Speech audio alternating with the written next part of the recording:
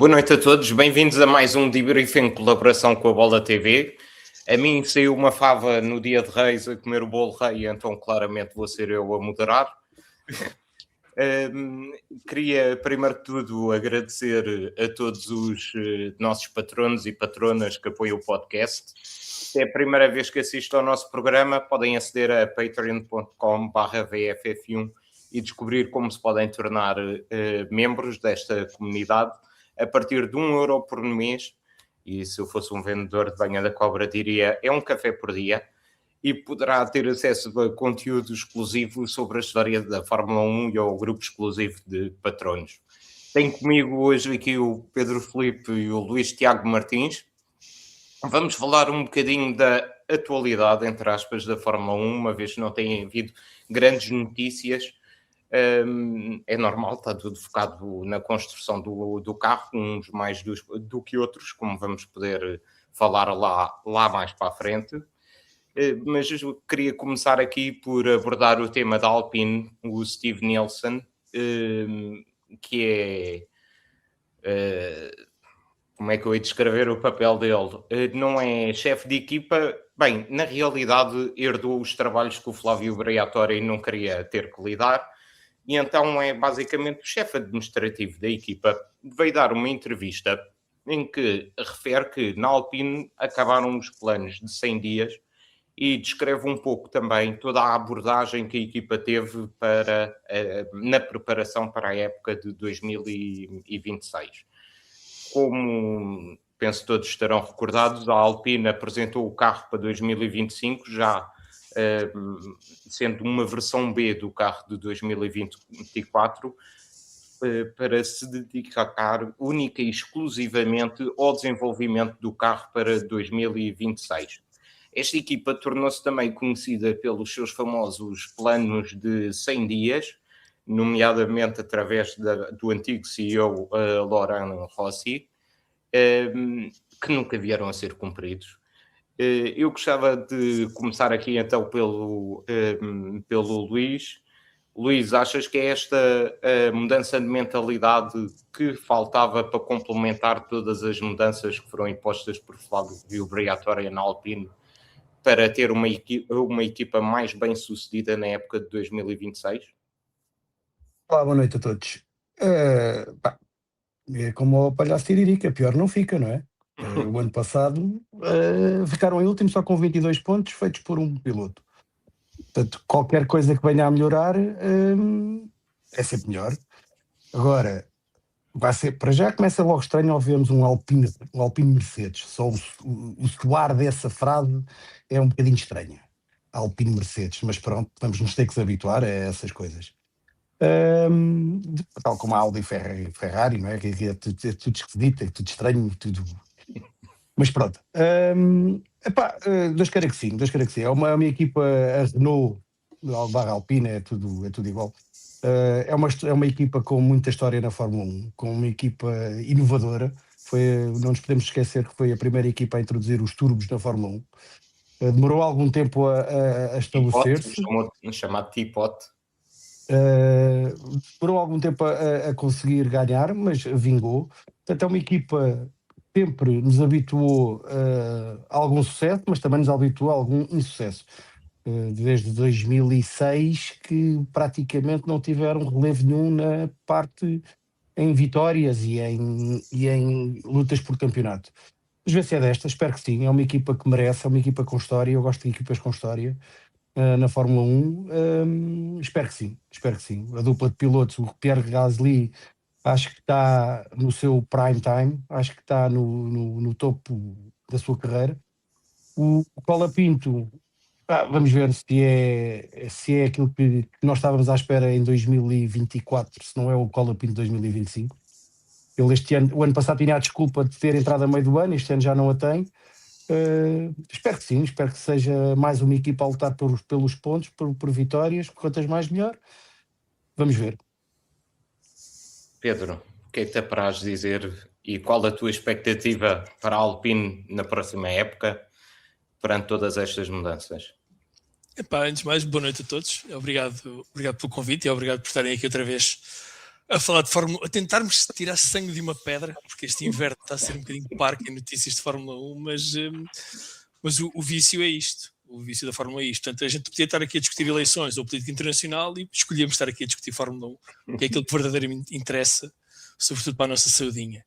Olha, no que toca a mim, eu desde que vi uma discussão entre duas pessoas a dizer que havia um Mercedes GLA que tinha um motor Renault, pá, eu a partir daí deixei de... Eu não sou especialista em carros de estrada, como vocês sabem, mas a partir daí fiquei, pá, já tudo é possível. Portanto, tens um Dacia Mercedes, um Alpine Swatch, pá, não sei, já não digo nada. E só mostra que eu estou velho. Tenho menos cabelos brancos que o Luís, mas também estou a ficar velhinho. Estou a ficar conservador, estou a ficar um bocado de bota de elástico. Mas sinceramente, eu acho que a liderança da equipa... Bom, o Briatore não precisa de apresentações, mais do que capaz, mais do que eficaz até, em diversas situações, com mais ou menos dinheiro, com mais ou menos meios. Até agora, a única coisa que se viu que ele conseguiu fazer, pelo menos de uma forma consistente, é manter lá o Gasly, que acho que tem sido a melhor decisão de gestão que esta equipa, que a culpa desta empresa tem tomado. A mudança para os motores Mercedes. Bom, vamos ver, a Mercedes é uma boa construtora de motores, não deve nada a ninguém. Agora, vamos ver como é que eles vão funcionar depois em termos técnicos, como é que se vai adaptar o motor de um concorrente, não é? De estrada, pelo menos, num chassi feito por eles. Vamos ver. Eu gostei das declarações do que ouvi deste senhor, deste Steve, porque pareceu-me pragmático. Esta história dos planos, deixem isso para a Ferrari. Se os Ferraris é que têm o abecedário todo até ao fim, isto há 3 anos, a 100 corridas, é ridículo. Porque se eles tiram um coelho da cartola neste início da época, passam por génios. Se não tiram um coelho da cartola, outra vez arroz. Portanto, é o progresso e tal, de jogo a jogo, né? Corrida futeboleira, jogo a jogo, corrida a corrida. Portanto, não estou muito preocupado com a performance, assim como não estou preocupado com a performance de quase nenhuma das equipas, a não ser com aquela que eu já fiz aqui o disclaimer, que acho que tem uns carros assim pintados de vermelho com um equino qualquer no símbolo. Não é o cavalo manco de Stuttgart, já agora só para referência. Não, é mesmo acho que é de Módena, é ali perto de Módena. É, exatamente. E portanto, não estou muito preocupado com com o catastrofismo inicial que poderá haver na época das equipas, sobretudo da Alpine, que vem de uma época miserável. Acho que há muito tempo não havia que a Renault não tinha uns resultados tão maus. Não sei, estou esperançoso. No Colapinto, prefiro não dizer nada, porque já me queimei ele, já tem uma batata do pacote do deserto, e o rapaz não fez outra coisa que não espedaçar fibra de carbono dos grandes prémios do mundo. Mas não consigo esconder, confesso, não consigo esconder o meu entusiasmo pelo início da época que está aí. E não é a apresentação dos carros, não quer ver maquetes. Está quase, estamos quase, está aí. Isso para mim... Eu Até porque é uma época nova, não é? É uma época... Começa quando eu digo uma época nova, é um regulamento que começa do zero. Tudo novo, portanto, isto é como aquelas pessoas têm aqueles baralho e volta a dar. Aqueles filmes de edição. Desta vez é que é. Esta vai ser a minha época de sempre. Quem nos acompanha, pelo menos sabe que eu penso assim e não consigo fingir que não. Vamos ver o que é que nos aguardam as próximas semanas, sendo que já temos a primeira apresentação vai ser esta semana da Racing Bulls. Na próxima semana já temos a Haas e a Audi. Portanto, já dá para satisfazer um pouco da curiosidade sobre o aspecto destes carros. Pelo menos eu tenho essa curiosidade de ver o aspecto dos carros com este novo regulamento. Se bem que nunca veremos tudo a 100%, uma vez que só depois dos testes, provavelmente, na Austrália, é que os carros vão começar vão mostrar a sua versão final.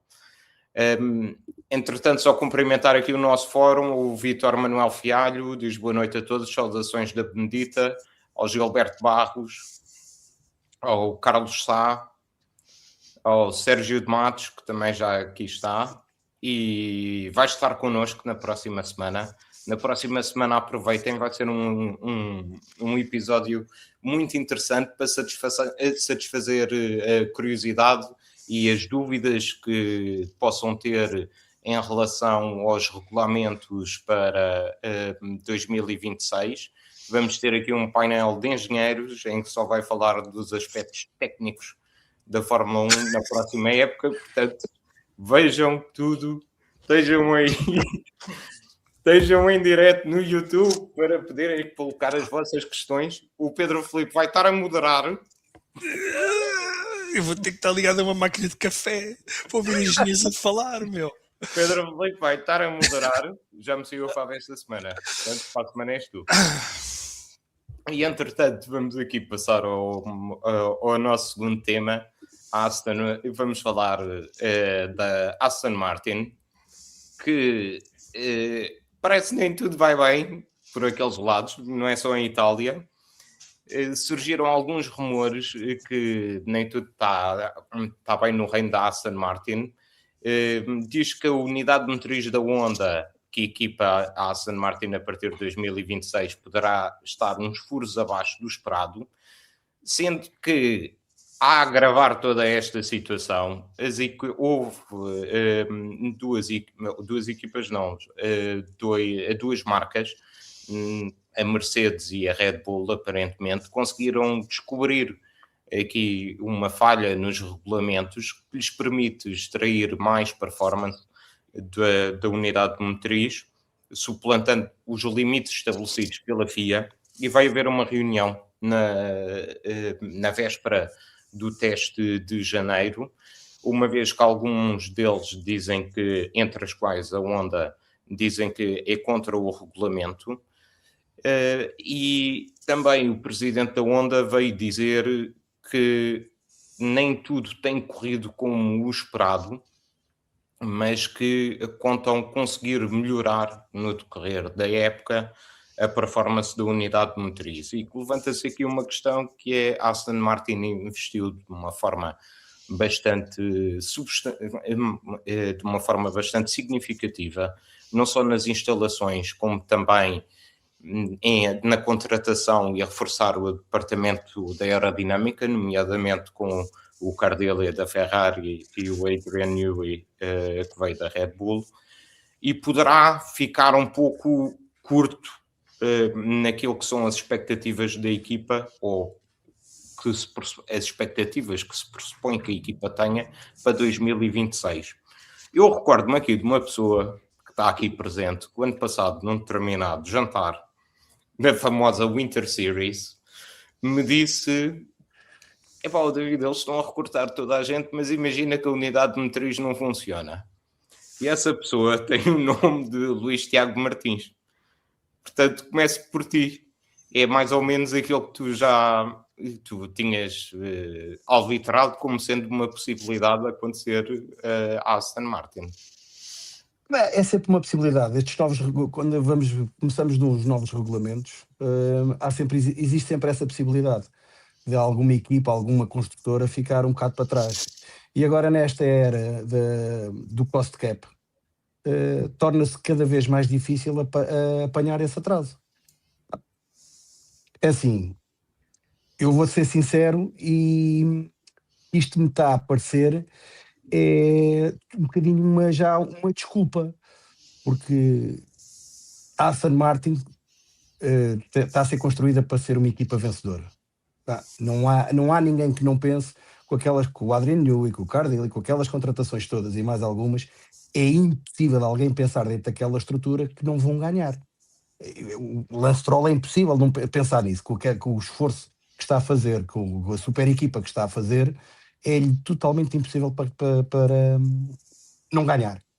E o que me está a dar a entender, o que me deu a entender, é que, ou não sei, eu não faço a mínima ideia como é que está a correr os testes aerodinâmicos, não faço a mínima ideia, mas pode haver aqui o caso daquilo não estar a ser como eles estavam à espera e estarem aqui a arranjar, se calhar, um bode expiatório para o insucesso que poderão vir a ter. Que não é nada daquilo que eles estavam à espera. Eu espero que não. O que eu quero é que as 11 equipas estejam a lutar todas por um segundo, todas dentro do mesmo segundo. Eu espero que não.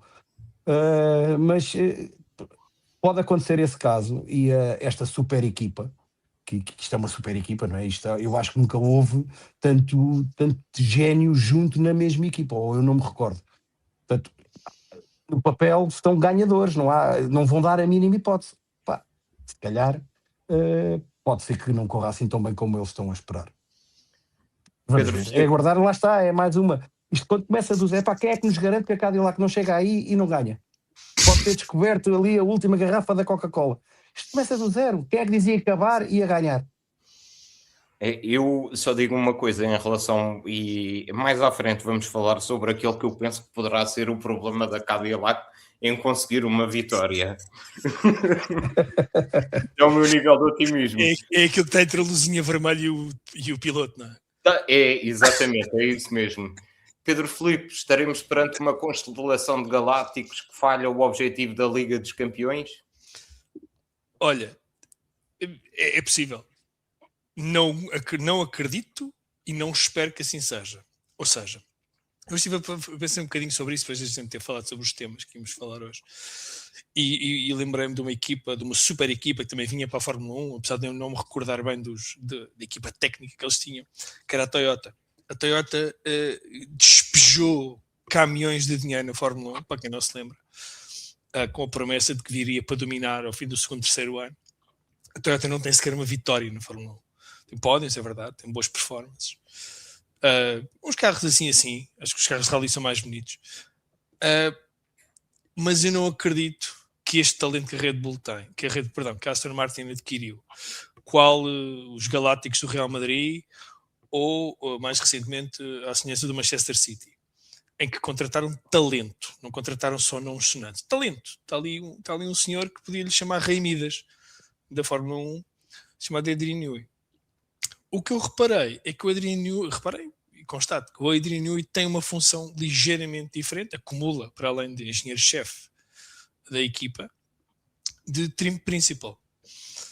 O team principal não é só um tipo que há lá Zac Brown que diz yeah, go, não sei quem, não é só isso. O team principal tem muitas outras funções para as quais eu não sei se ele estará, não digo detalhado, mas tem a personalidade certa para se envolver nas politiquices.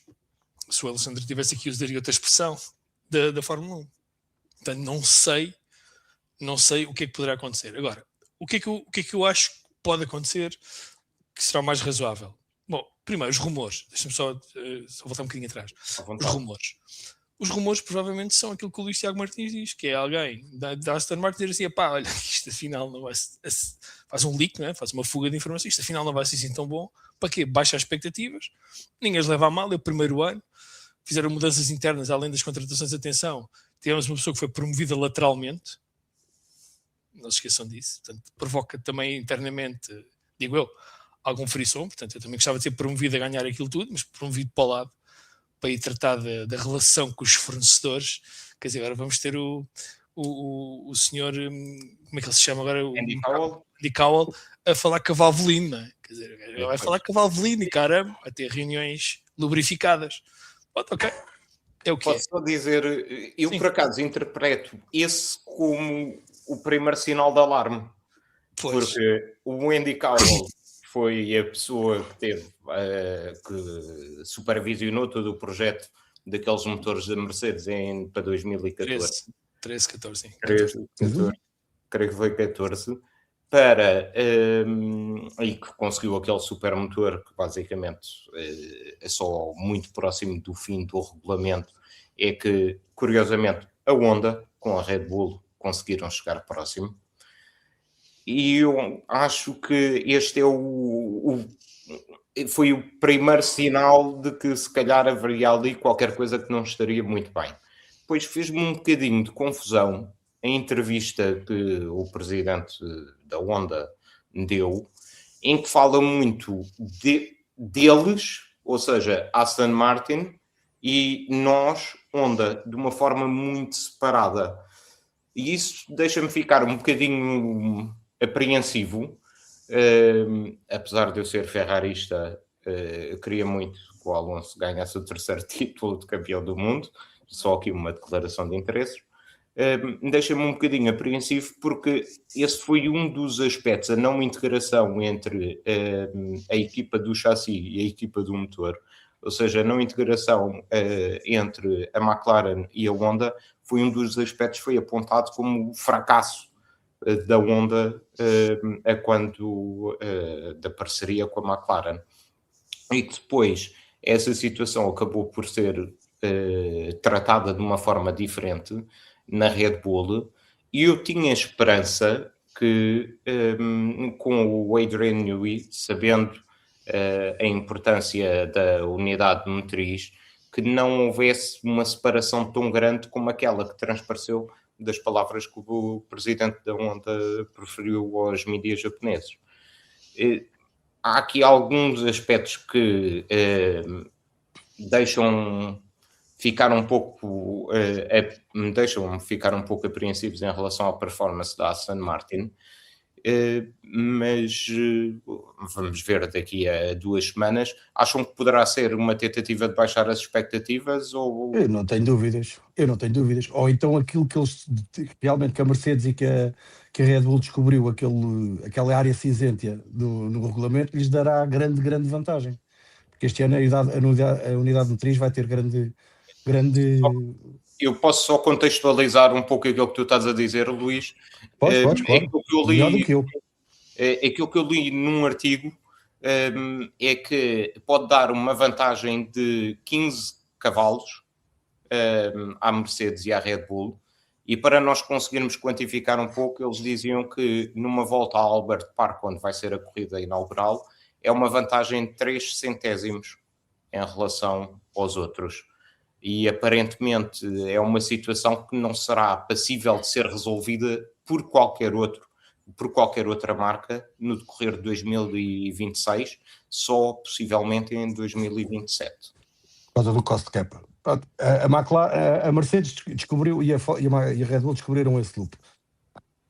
E se isso lhes trará grande vantagem durante o ano 2026, lá está, é esperar para ver. É impossível nós estarmos aqui a fazer qualquer tipo de futurologia, porque não sabemos. Agora, mas existem alguns alertas. Lá está, colando aqui este tema um bocadinho ao tema da Alpine. Para o Steve Nielsen vir dizer está com grandes expectativas para este ano, e nós vamos esquecer que ele está com o motor Mercedes, se calhar ele tem alguma razão em dizer isso, porque sabe que tem uma coisa atrás que lhe poderá trazer alguma vantagem. Agora para a parte da Aston Martin, vir já a dizer, baixar as expectativas e tentar arranjar algum tipo de desculpa, e se calhar é um bocado aquilo que o Pedro Filipe estava a dizer, que assim, a Toyota também era uma super equipa, aquilo eram paletes de dinheiro e talento, e era o gajo dos ralis, como é que o gajo chamava? Era o Vanderson, não era? O Vanderson, sim. O Vanderson, que tinha experiência, mais do que experiência em ganhar ralis, e voltou para a estrutura da Fórmula 1. Mas são japoneses, e japoneses, a Honda teve sucesso, mas teve sucesso na Williams e na McLaren, e depois, como foi construtora, também não teve.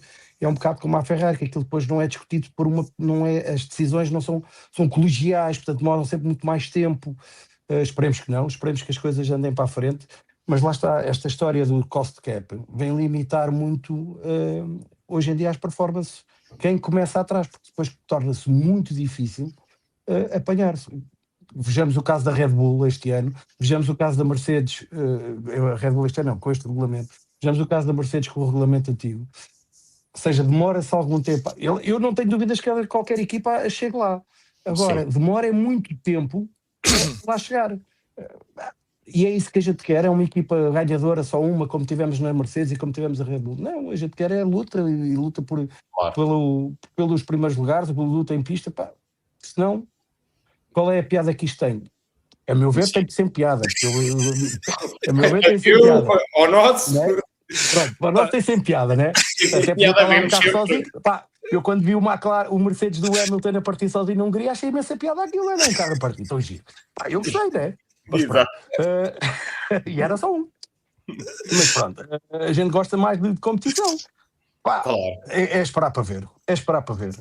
Espero que sim, espero que as equipas, mais uma vez, espero que Mas lá está, por exemplo, eu não quero que a Aston Martin, apesar de ter esta super equipa, eu não quero que a Aston Martin seja dominadora como foi a Mercedes e como foi a Red Bull, ou como foi a Ferrari nos anos 2000.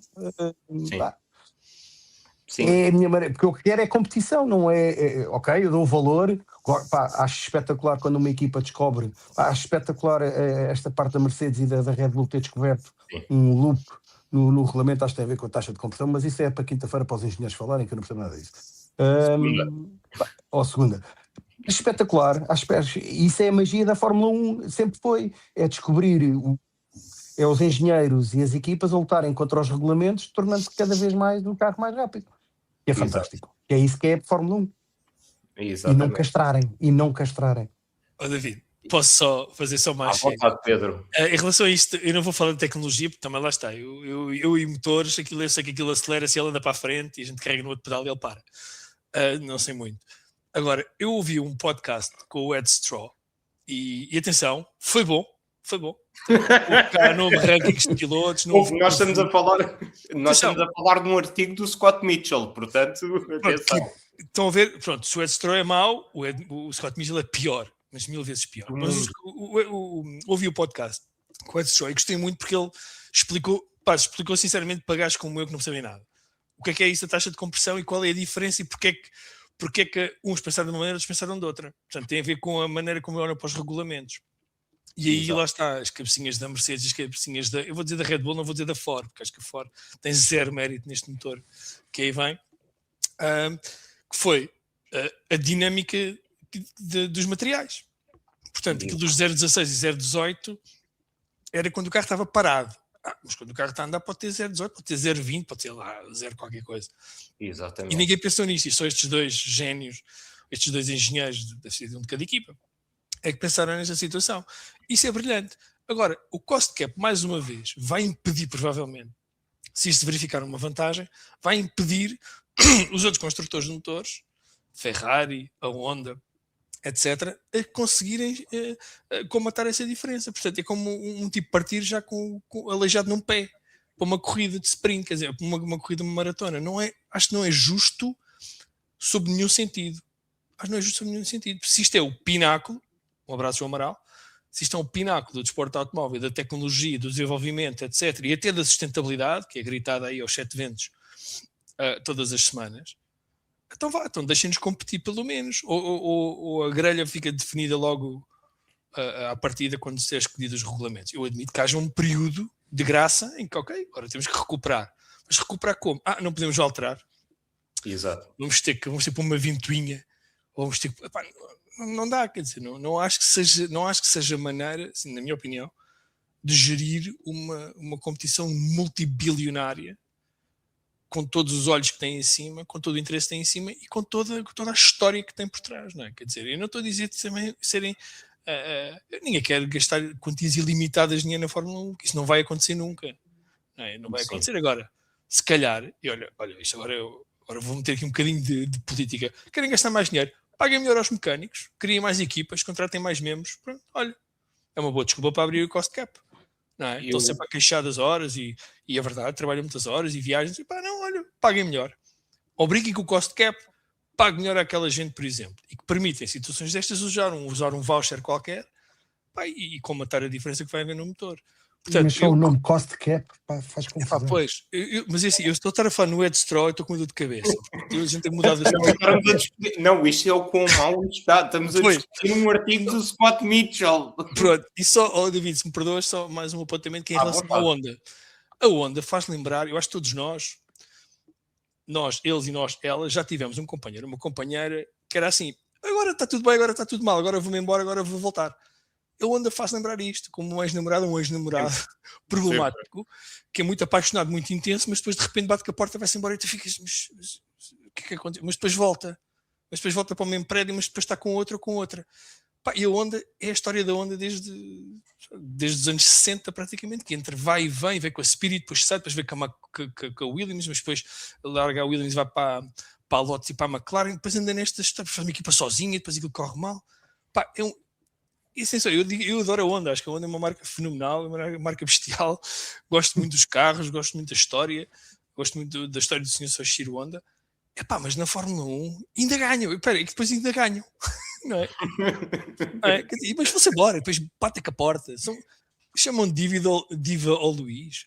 Diva são os senhores da Honda, desculpa lá. Assim, Pedro, na tua analogia, então, em relação a esta última saída, entre aspas, basicamente é como se tivessem divorciado da Red Bull e ficaram a viver na mesma casa. É um bocado isso, a economia. Estão a montar motores para a Red Bull até 2025. Sim, eu mas vou-me não embora. Na Fórmula 1. Eu vou-me embora, vou ficar a dormir. Não é na mesma casa, na mesma cama que tu. Vou ficar Exato, aqui no mesmo sítio. Mas não tem nada a ver contigo. Não é? Mas Vamos mas ter almoços juntos, todos os dias. Trabalhamos no mesmo sítio, mas não há cá proximidades. Portanto, tem uma coisa completamente... Eu, sinceramente, para mim, Pedro, a Honda nunca saiu da Fórmula 1. Até quando está lá o símbolo, eu sou enganado pela publicidade, não é? Sou um bocado totó. Vejo lá aquilo é Honda. Agora, quando nós começamos a pensar nas minudências da relação que a Honda tem tido com a Red Bull, e tem sido pacífica, penso que uma relação bastante normal, mas depois de 2023 eu vou voltar. Porque ganham. Pois, eu vou voltar, mas vou voltar para aquela fábrica ali ao lado com aqueles carrinhos pintados de verde. Os tipos da Red Bull devem ter pensado, mas espera aí, vais trabalhar aqui, mas vais dormir ali, mas qual é a tua? Bom, eu acho que a Honda não tem muito para provar, obviamente em termos tecnológicos, acho que está mais do que comprovado, mas vamos ver como é que vai funcionar esta relação tripartida, quadripartida dentro da Aston Martin. E por último vou-me calar com a Aston Martin. Os senhores dos mídias ingleses que comeram a carne das notícias da Aston Martin, do Lawrence Stroll na altura, destas contratações milionárias e contratações bestiais, agora que roam os ossos se a coisa correr mal.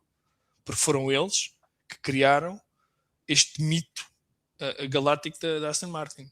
Nós, como fãs, sabemos olhar para aquilo, porque somos tipos minimamente inteligentes, e percebemos, ok, isto vai demorar algum tempo, se calhar, a chegar lá, mesmo que chegue bem, olha, mas vai chegar.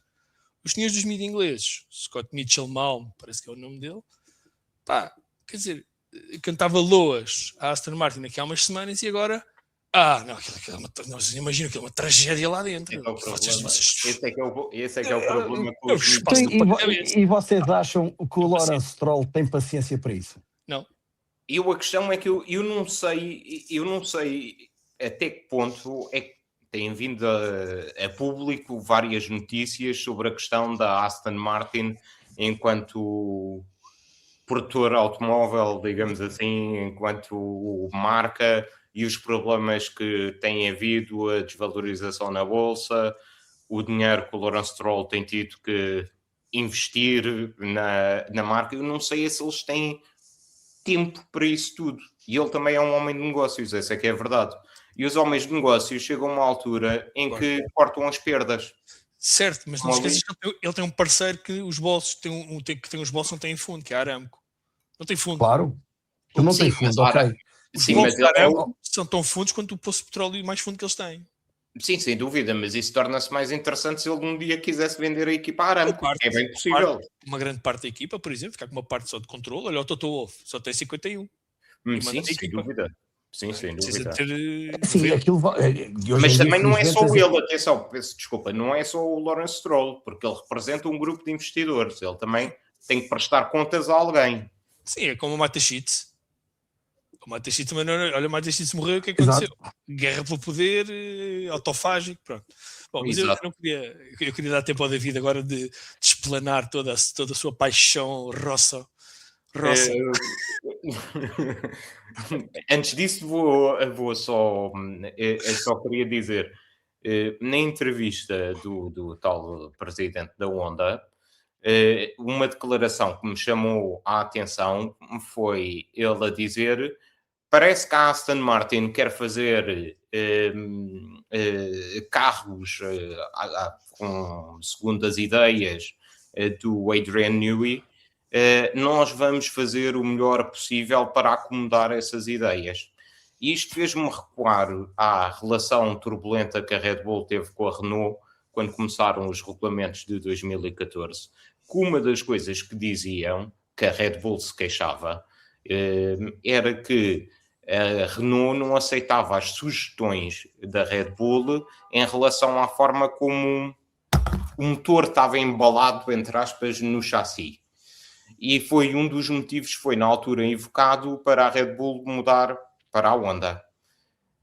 E isso a mim ainda me causou maior estranheza, tendo em conta os anos em que o Newey e a Honda estavam na Red Bull, estavam com a Red Bull, e sabendo dessas exigências, chegarmos a esta altura e parecer estar tudo tão dividido. Parece que não há sintonia entre ambas as partes. Vamos ver o que é que se vai Não passar. me admira nada que a Mercedes, se a motorização da Mercedes tiver grande vantagem, eles mais cedo ou mais tarde não voltam ao motor Mercedes. Bom filho à casa volta. Sim, A arte de engenho de negócios tem eles. Isso também não... Isso também... Amigo, lá está, como o Pedro estava a dizer, há um parceiro que não tem bolsa. Aquilo é carrega. Portanto, São alforjes. É assim, e se nós formos sinceros, isto na realidade... Nada é impossível. Enquanto houver dólares, nada é impossível.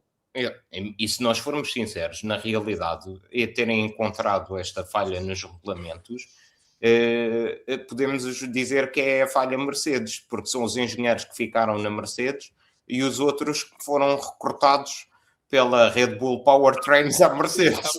Portanto, de nada. Ainda bem que a Red Bull Powertrains possivelmente conseguiu contratar algum talento, senão íamos ter mais uma vez um troféu monomarca pelo campeonato do mundo.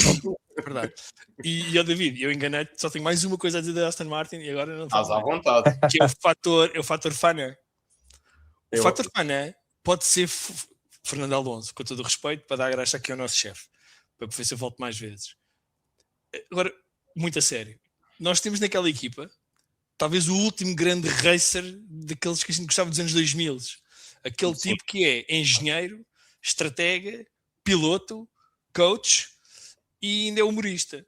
Não é o tipo com quem eu gostaria de beber um café, confesso. Não faz o meu tipo de personalidade para ser meu amigo. Agora, a minha admiração pelo Alonso é cada vez maior pela longevidade e pela capacidade que ele tem de tornar uma coisa de Q1 em Q3, por exemplo, ou de P14, P13 em P7 ou P8.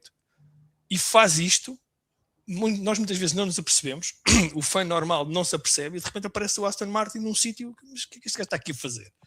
O que é que chegaste aqui, meu? Tu não estavas morto e enterrado lá atrás? Não, isso é o Stroll, pera. Com todo o respeito. E o fator Fana, com um carro novo, tecnologia nova, os anticorpos com onda, vamos ver, sei lá, caras conhecidas.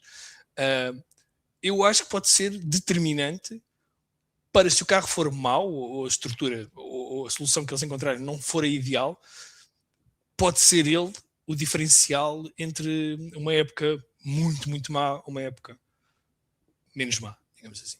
Eu encaro também o fator Fana, como tu dizes, de uma outra forma, que é o piloto que está no sítio errado à hora errada. E então ele é bem menino ele é bem menino, assim, ele é bem menino para estar lá, e depois chateia-se porque aí ele não anda nada. Eles são campeões do mundo na época seguinte, portanto, essa é que é a parte que não. Espero sinceramente que também, honestamente, eu espero. Ele também já cresceu um bocadinho, já aprendeu um bocadinho a isso, não é? Não, eu honestamente também espero bem que não. Acredito que também não fosse um piloto fácil de gerir, porque há 1 ano e meio que ele está à espera da época de 2026 a guiar autênticos charutos, e depois chegar a 2026 e ter mais um charuto, também eu pendurava o capacete e ia-me embora para casa, porque sinceramente não há motivação que aguente. Entretanto, vamos começar aqui, vamos falar de uma questão. O palco é teu. Sensível. Eu vou buscar as pipocas, já volto. O palco é teu. Sensível. Não, vocês é que falam, eu fico para o fim. Uma questão sensível, que é, há um ano, estava a Heidi a cantar nos Alpes, em Itália, Hamilton campeão, Ferrari campeã, e depois correu tudo mal. Desta vez, nem sequer chegámos a essa fase, e esta é normalmente a melhor fase para qualquer adepto da Ferrari, porque tudo é possível. Mas no campo da Ferrari continuam a sair algumas notícias inquietantes, em que há atrasos no chassi, atrasos na unidade motriz, que foi a única que ainda não teve o famoso fire-up, que é quando ligam um motor e soube ali um bocadinho o roncar daquilo. Acho que isso é obrigatório no Instagram agora, não é? É Pois obrigatório. parece que é obrigatório no Instagram. Já houve, eles calhar é que não filmaram. Até nisso falharam, esqueceram-se de carregar no botão. Não levaram a GoPro. Perdão. E parece que há ali um caos. Aparentemente o chassi só recentemente é que foi dada a aprovação final do chassi. Não estou a falar dos crash tests da FIA, que acho que esses já foram ultrapassados no início de dezembro, se não estou em erro. E já se fala que a Ferrari poderá levar a nova unidade motriz, que ainda não teve o fire-up, para os testes em Barcelona, e um carro de remendos entre 2025 com algumas coisitas de 2026. Ou seja, aquele carro adaptado da Abu Dhabi, provavelmente, para os testes da Pirelli. Pedro, tu que já sofreste tanto como eu, diz-me tua justiça. É a Ferrari a baixar as expectativas? Não acho nem. Assim, a Ferrari nunca baixa expectativas a ninguém. Quer dizer, a Ferrari é um caso único, é um case study a nível mundial, a nível do desporto, a nível do branding e da fama que as equipas têm. Porque é que nós gostamos da Ferrari? Bem, já não sei, já deixei de me preocupar com isso. Não é? Porque é que nós gostamos de uma coisa? Não sei, gosto. Masoquismo puro, sejamos realistas. Autoflagelação, sim, há quem tenha religiões, há quem tenha fé, há quem tenha cultos. Olha, eu tenho este da Ferrari. Bom, assim, a Ferrari é uma equipa perita em rumores e é feita de rumores desde a sua criação, não é? Basta a nacionalidade da equipa, o sítio onde se localiza em Itália, é normal. Uma equipa de uma aldeia, de um sítio muito pequeno, em que toda a gente se conhecia, agora obviamente vem pessoas de fora, mas há uma mentalidade de querer ganhar. E eu, apesar de em relação à Ferrari ter sempre aquela e sou do Sporting também, portanto vejam bem o sofrimento que foi nos anos 80 e 90, o Luís também se lembra, e não é da Ferrari. Juntar os dois não foi fácil. Mas todos os anos nós temos aquela esperança de que desta é que é. E a Ferrari não é indiferente a isto. E continua a ter um séquito de seguidores, entre os quais eu e tu nos incluímos, David, e outros que também participam neste podcast, outros mais por simpatia, mas toda a gente quer ver a Ferrari a ganhar. Mas não seja porque é giro. É bonito ver um Ferrari ganhar, é giro ver um Ferrari pelo menos na luta. O que eu espero para 2026, não é o que eu auguro, mas o que eu espero, é que pelo menos a Ferrari não envergonhe, porque isso é que é fundamental. Nós temos esta mania também do culto do vencedor, o culto da vitória, o culto de ser primeiro. Ninguém corre sozinho, ninguém joga sozinho, ninguém corre numa pista sozinho. Portanto, eu não acredito que quem perde é um derrotado, é um loser, como quem ganha não são sempre os melhores. O que eu quero é que a Ferrari dê luta, que tenha um carro à altura, que dê um carro competitivo ao Charles e ao Luís, que não envergonhe, que não cometa erros estratégicos estúpidos e ridículos, completamente à la McLaren agora, parece que a McLaren é o novo benchmark dos erros estratégicos, e que dê luta. É para que seja campeão do mundo, não seja campeão do mundo, isso a mim pouco me importa. Agora, que dê luta, que esteja lá na luta, que tenha condições, que tenha uma boa estratégia de corrida, que faça o melhor que pode com o que tem. E que perca, porque os outros são melhores. Não perca por atos auto-infligidos, como aconteceu algumas vezes, não só em 2025, mas em 2024 também. Apesar do Charles e o Carlos terem ganho corridas, é só isso que eu espero. Os rumores dos motores e dos chassis, olha, os atrasos nas coisas não são necessariamente maus. Nada me diz que... Posso só complementar claro. essa tua frase com este comentário do Alexandre. Durante décadas foi usual os carros da época não estarem prontos no seu início. Só nas últimas 2 décadas é que deixou de ser habitual. Bom, tu interromperes-me para fazeres um comentário do Alexandre... mas é que é um bocado por aquilo que tu ias... Era o teu caminho. Era o meu caminho, mas o Alexandre, o que ele está a escrever, já lhe mandei um WhatsApp ainda agora. Ele está a escrever aqui, fui eu que lhe enviei. Bom, mas eu concordo, obviamente concordo, porque as coisas serem apresentadas tarde não é necessariamente sinal de problemas. Problemas é a Williams, há uns anos atrás, nem sequer ter um carro pós-testes da apresentação e para o shakedown que houve em Barcelona na altura ainda. Isso é um problema. Não creio que seja isso que acontece na Ferrari. Eu acho que até ao semáforo verde na Austrália vale tudo. E até aí acho que está tudo em cima da mesa. Se o carro se o último parafuso é apertado na quinta à noite ou na sexta de manhã, bom, isso a mim não me interessa muito. Eu não sofro, sinceramente, não sofro muito com isso. Não sofro mesmo, de todo. Sofro com o cronómetro. Isso é que me faz sofrer imenso. Eu, quando olho para o cronómetro, eu vou citar o Toto Wolff, eu não acredito mesmo, mas pronto, olha, tem que ser. O cronómetro não mente, não é? É como algodão. Não mente. Aquilo, pá, estás a fazer aquele tempo. Mas eu fiz aquela curva, meu amigo, está aqui o tempo. Você rasca-te. Agora é contigo. Portanto, isso a mim não me preocupa muito. Preocupa mais uma coisa que tu já desde o ano passado andas a dizer, e eu concordo contigo, que é, agora já há nomes, já há mais o Log Serra, etc., que chegaram à frente. O homem do Zero Pod. É o que é. Mas pelo menos tens um nome. Tu ano passado, e lembras-te, a tua grande preocupação no início da época era quem é que projetou o carro da Ferrari. Exato. E continua a ser a mesma preocupação. Que não deixo estar menos preocupado. Não deixo estar menos preocupado, tendo em conta que o chassi, a versão final, aparentemente só foi aprovada há poucos dias. E depois, David, isso aqui não é um canhão. Era isso que eu ia dizer. E se a gente viver no La La Land ia ser ao contrário? Ao contrário da Aston Martin, eles estarem a trabalhar ao contrário.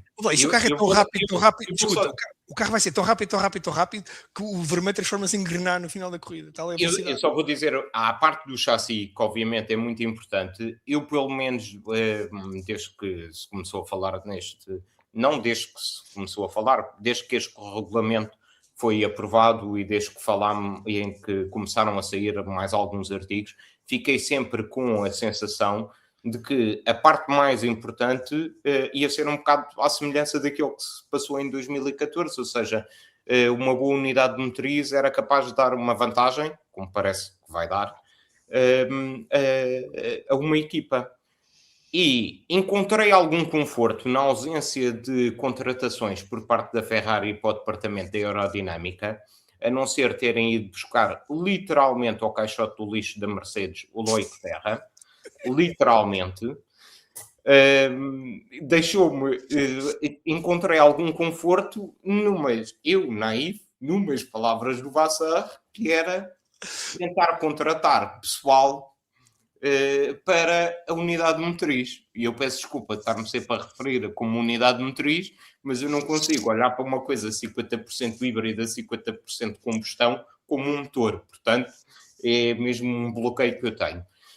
E encontrei algum conforto nisso. Depois começaram a surgir aqueles rumores do que o pessoal da Alpine chegou lá e disse, espera lá, o nosso motor que estávamos a desenvolver lá era melhor que este. E a minha esperança é que este atraso no fire-up do motor seja, porque se calhar viram esta questão dos materiais e estão a tentar replicar aquilo que a Mercedes e a Red Bull descobriu. E é o meu único conforto. O mais certo, para não haver fire-up, o mais certo é alguém se ter esquecido de rodar aquela torneirinha que diz para tirar da reserva. É o mais certo. É alguém não ter rodado a torneirinha do combustível. É que eu nos últimos... pode ser uma coisa simbólica o fire-up, mas é importante. E se forem ver um documentário que há sobre a McLaren, nos tempos da Honda, ele no fire-up deu raia. E deu raia o resto da época toda. Portanto, é o primeiro indício. É uma equipa estar preparada. O primeiro indício é uma equipa ter o carro em pista numa altura em que os testes são extremamente limitados e estar preparada para o fazer, para começar a recolher dados e depois, como o Nelson falou em relação à Alpine, depois recolher dados e focar-se no desenvolvimento, tendo uma base sólida de fiabilidade. Não ter o carro preparado significa que vai atrasar todo este processo. Ok. Então, agora isto começa-me aqui a fazer um bocado de confusão. E depois, ainda por cima, as últimas declarações do Vassar foram quase tiradas a papel químico da época passada. Sendo que no final da época de 2024, ele dizia: o carro do próximo ano nem 1% vai ser igual ao deste ano. E as últimas declarações que ele prestou em dezembro do ano passado foram: o carro do próximo ano vai ser completamente diferente daquilo tudo que nós já tivemos. Sendo que é normal, porque o regulamento também mudou. Portanto, isto não me dá confiança absolutamente nenhuma. E com isto passa ao Luís Tiago Martins, no alto da sua sabedoria. Isenção.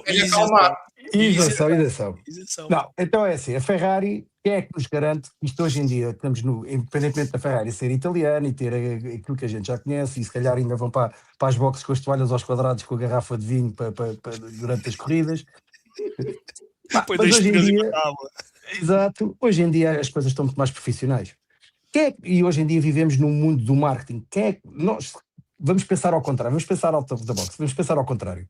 Quem é que nos garante a nós que esta falta de teste do Fire Up não é de propósito, que é para não... Porque aquilo que a gente ouviu falar realmente sobre estes... Não é. Calma, David, pá, tens que ser esperançoso. Tens que ser não, desculpa. Luís, não podes entrar já numa de derrota, não é? Não podes entrar já numa... Vamos, calma, deixa ver. Pensa assim. É mais vale como pensar no copo meio cheio do que no copo meio vazio. Eu estou para ver o shakedown em Fiorano daqui a 2 semanas. É aquilo que eu estou para ver. Se calhar nem aí tu vais ver. Se calhar nem aí vais ver as coisas. Nem se calhar nem nos testes vais ver. Não sabes. Nos Barcelona não vais de certeza. Nem tu, nem eu, nem ninguém. Nem tu, nem ninguém. Agora, são os engenheiros. E depois há outra coisa. A Ferrari sempre teve tradição de bons motores. A Ferrari nunca fez maus motores. E se este regulamento é tão forte nos motores, pode ser que haja aí uma esperança da Ferrari ser competitiva. Marosca eles sabem fazer. Amigo, só é marosca quando és apanhado. Só é marosca se for apanhado. E eles foram. E pagaram isso em 2022. Amigo, e depois vamos ver assim o ciclo da Ferrari. Portanto, a Ferrari ganhou em 75, 76 e depois 79. Depois teve quantos anos sem ganhar? 77. Foi um 29. 75 e 77. Exatamente. E depois 79. E depois, portanto, foram 21 anos. Há quanto tempo é que a Ferrari não ganha? Credo, nem me digas nada disso. Desde 2007. Portanto, está a chegar àquele ponto em que a Ferrari volta lá para cima outra vez. A Ferrari sempre foi assim. Se vamos ver a história da Ferrari, apesar de ter sido, é a única equipa que está lá desde o Grande Prémio de Silverstone em 1950, a Ferrari sempre foi assim. Sempre foi de altos e baixos. Na primeira época de Fórmula 1, foi na segunda. Desculpa? Primeira. A Ferrari só teve na segunda época de Fórmula 1. Não, a Ferrari foi a única equipa desde 1950. Desde o início. Já vamos tirar isso. Desde o início. É a única equipa. Podia ter badge de Lancia. Acho que podia ter um badge da Lancia, acho eu. Portanto, e a Ferrari sempre foi assim de altos e baixos. É uma equipa dominadora, como foi várias vezes, ou é uma equipa que luta, é polémicas atrás de polémicas, é esperanças atrás de esperanças, é gritos para ali, gritos para acolá. O que é um facto é que quando ganham à séria. Pode ser que seja, agora está a chegar a essa altura do ano, dos 20 anos, sem ganhar nada, pode ser que a coisa acerte. Eu e tu ainda vamos para o Marquês, eu iria para Lisboa, vamos para o Marquês os dois celebrar o 8º do Luís. Hã? Eu já estou por tudo. Eu digo que eu já estou. Olha, está gravado, está dito, eu já estou por tudo. Mas vestidos. Não há cá dessas histórias como o Solada no praia propor a época passada. Não, mas isso aí... Nada dessas Não, Pedro, ainda pior. O Luís vai sair da Fórmula 1, vai para lá o Berman e o Berman é campeão. Vai. Eu aí vou a uma equipa de filmagem para filmar o David a celebrar. O Berman vai ser campeão na Ferrari. David, mas tu falaste ainda, e estamos com pouco tempo, desculpa lá estar-me a meter no teu trabalho, mas tu falaste ainda numa equipa americana que estás preocupado com ela. Diz lá, o que é que te preocupa? Eu estava a dizer a Cadillac, obviamente o problema com a Cadillac... Partilha. O problema com a Cadillac está naquilo que está entre a asa traseira e as costas do piloto. E não é o depósito de gasolina, não é? Porque não há, e não é o depósito de gasolina, exatamente. Porque não há. Eles devem estar lá, aliás...